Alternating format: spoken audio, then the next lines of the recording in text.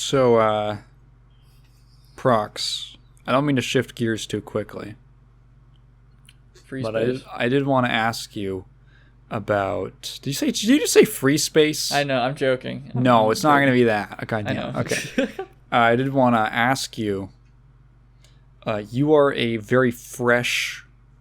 You very recently had your Avatar 2 cherry popped, as in today, if I understand correctly.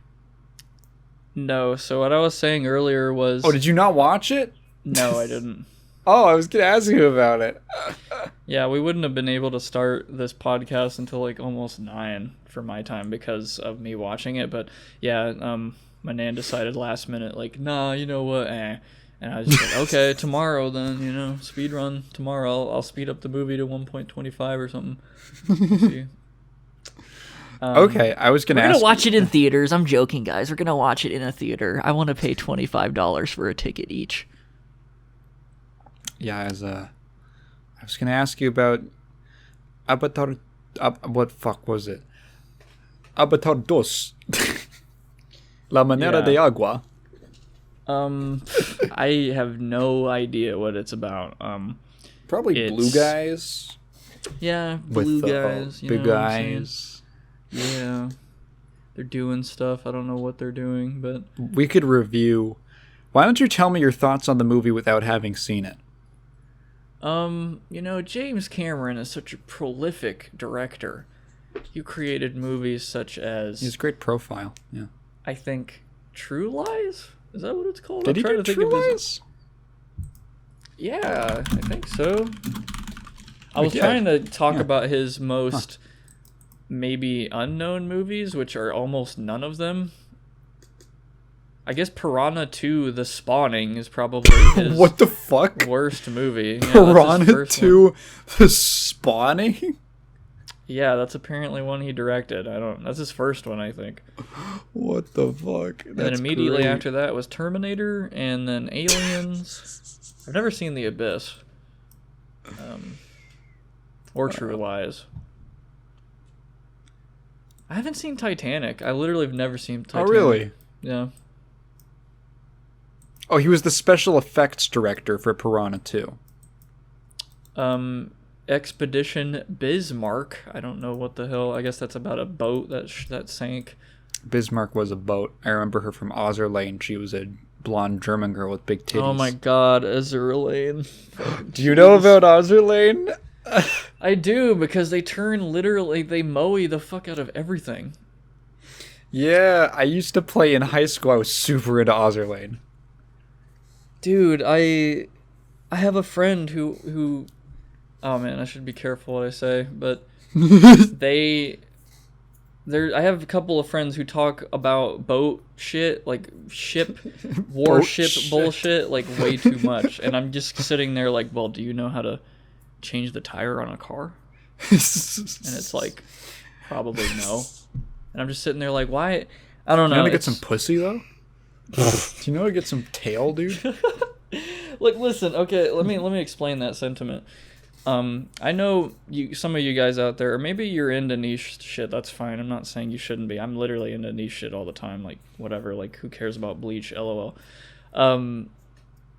But it's like, there's a special frustration I have, personally, when someone is like, dude, I'm so interested in, like World War II guns. Just World War II guns. And and their first gun... They want like a fucking expensive, stupid, like German rifle, or like an MP40 and a full auto MP40 submachine gun that's like thousands of dollars, and then I'm just sitting there like, what about you get like a cheap pistol, like a Glock or some shit, like a Glock 17, whatever, and you like go to the range, you figure out about gun stuff, like practical shit is what I'm basically getting at, like practicality. I guess they like the novelty. I need to be like my grandfather in the war. Yeah, my German grandfather in the 40s. Yeah, I feel like everyone's known like a guy like that who's just a little too into World War II. Like, just a little too into it. Yeah, dude, World War fucking Jesus, like, why? It's one of those things. It's like it's like this. You know, people talk about like Marvel fans or whatever, Star Wars guys, but World War II was like the original of that. Oh my god, man! Like there's like these edgy, they think I'm funny teenagers who seriously dream of like I've seen shit like schizophrenic rants like this who like dream that they were like a fucking Nazi soldier in like the 40s. They think it's like it's epic. It's like, dude, it's so Chad. And I'm just sitting there like, what the hell? Like, what the fuck are you talking about? Like, they were not. I don't know. Yeah, they really like war. They're so interested in war and shit. And then I'm just sitting there like, okay, you want to get drafted? You want to be drafted first? When like, yeah, it would we be inevitably awesome. Go into World War III? No, they like piss their fucking pants. Yeah, I bet they're like, you know, people watch Evangelion and they're like, Shinji's such a pussy. And then they have the same reaction to like, I'm sure they have the same reaction to like All Quiet on the Western Front. Why is Paul such a little bitch? Was he a butterfly? What a dumbass. You're in World War II, dude. Sorry, World War One. You're in World War One, dude. Have some fun. Fucking live a little. Yeah, I think there was, for some reason, there's a lot of European viewers that I get for my streams, which is cool. But some of them are, I'd say, a little, like, I wouldn't say some, I'd say like a percentage, like a big percentage of them are like history buffs or something, and they're like teenagers. And they, I don't know, randomly in my cool stream about like flying spaceships in like the 2200s, like Wipeout, you know, the game Wipeout, I fucking brought that up many times, like the racing game, whatever. I'm just trying to have a chill stream, and then one of them's like, dude, you know what happened to Archduke Ferdinand? And I'm sitting there like, yeah, I know, like history stuff, cool. It kind of brought up like a whole thing that I talked about for about 15 minutes on my stream when I really wasn't prepared to talk about it, about, I guess, reviewing history, as fucking morbid as it is, and how we can just chill and kind of joke and laugh about history, but like in that moment, in that time, like it was horrifying. Yeah. Like it's just no other way to put it. It's there's just so many weird. Yeah, there's so many jokes about the Titanic. Yeah. Which is like, you can like joke about it, but if you think about it, it was a mass tragedy. Like hundreds of people died. Yeah. Like children and animals, and like it was awful. Yeah, they froze to death. They had no chances. They drowned in the ocean. Yeah, the freezing ocean. Like, God, dude, that's so cool. Like if you're cool, like if you're into history and you think it's like interesting and you think its preservation is important, I do agree with you to a certain extent, but not to the extent of like some of these World War II buffs. Because there's certainly like, you can totally be interested in something like that as like, well, you know, it's an interesting story. Like it's a great, like the Titanic is a great reference point. Like when you talk about something being too big to fail, like it's almost this like, yeah, it's one of those historical things that is like an example that you can use to relate to the modern day. I'm sure there were some interesting people on board. There's a whole, you know, element of like what people do in like a crisis like that. I'm sure there was a bunch of stuff about like, you know, a bunch of contextual stuff that was going on at that time period that historians would be, you know, better able to talk about. And also just, you know, it's like, how often does a gigantic, super huge cruise liner sink and a bunch of people die? It is kind of interesting.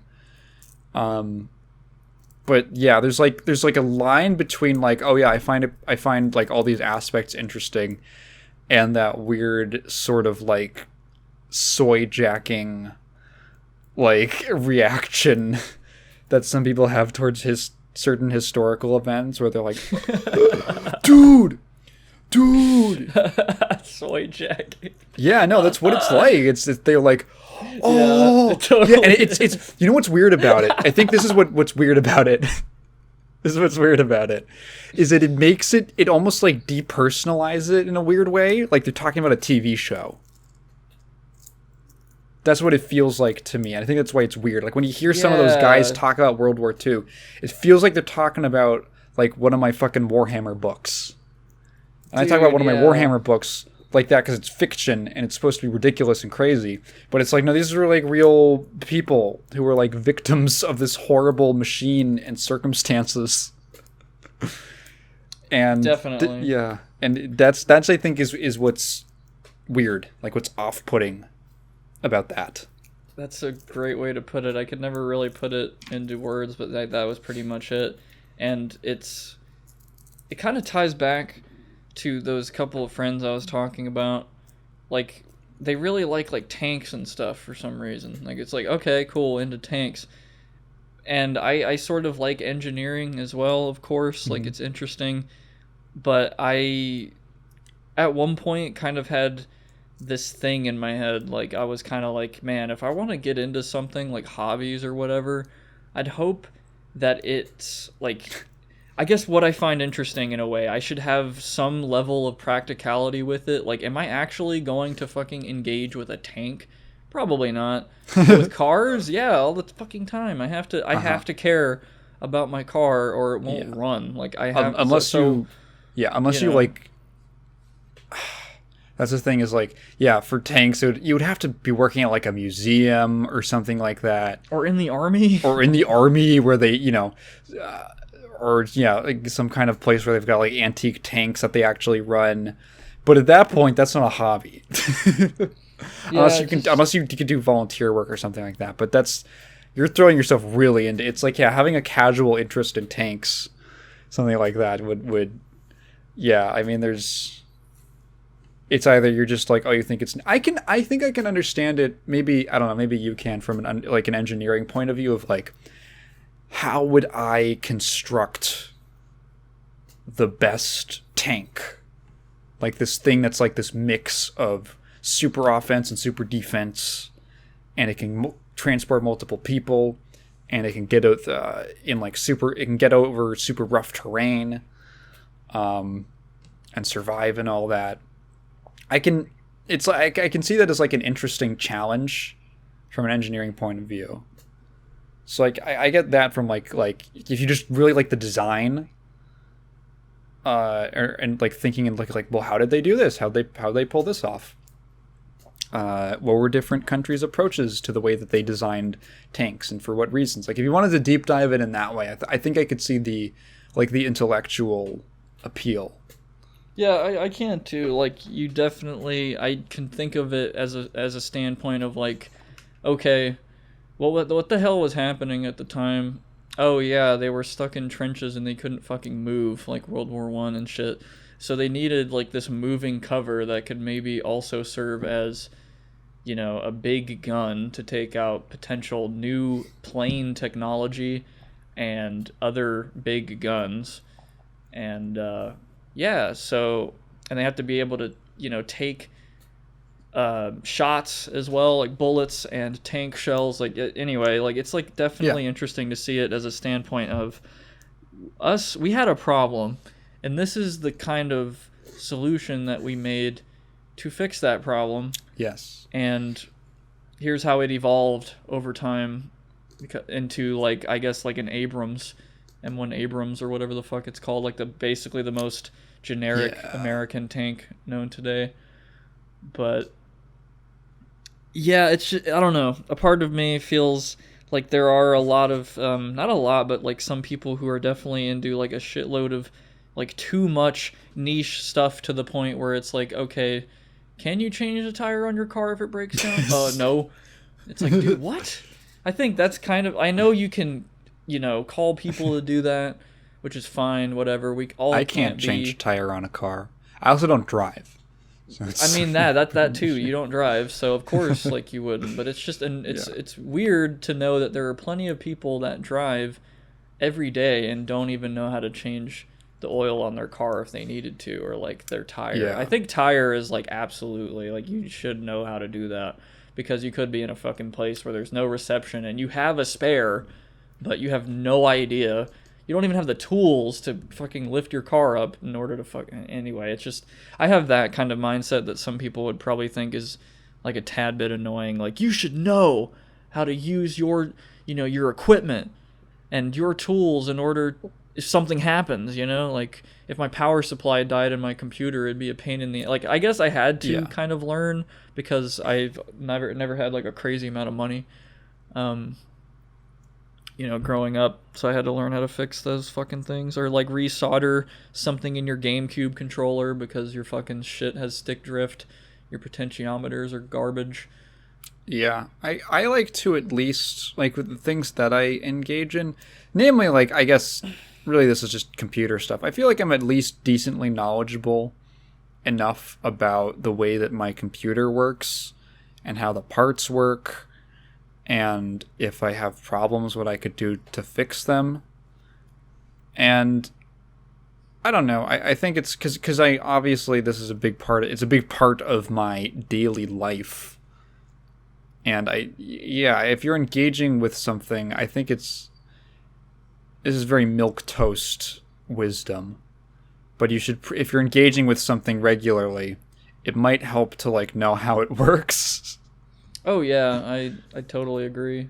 Yeah, which might make people sound like might make some be like, dude, you're being elitist right now. You should be able to use something if you don't completely get it. Like, not everyone can get everything, right? And it's like, yeah, good point. Like, I have no idea how to cut my hair. I have zero clue. I would fuck it up. I could shave my head. That's about my extent. But I've cut my hair before. We specialize. Oh, that's cool. Well, we specialize. Not like, well. People have to do it. Very poorly. Yeah. I actually have it's funny, you can probably even see it sometimes. It's right around where my hair parts, and it's because I had a little strand of hair that was like sticking out in this way where it was always like tapping, like it was just like right over my eye in a way that was really aggravating. Ugh. So I just went to the bathroom and cut it off. Yeah. And then so it was shorter when it grew back. So I just have this like bit of hair, this strand of hair that's a little shorter at the front of my face. That's like separate from my other hair. Right. So yeah. You can keep going and stuff. I gotta be right back for something. Oh, all right. So yes. Okay.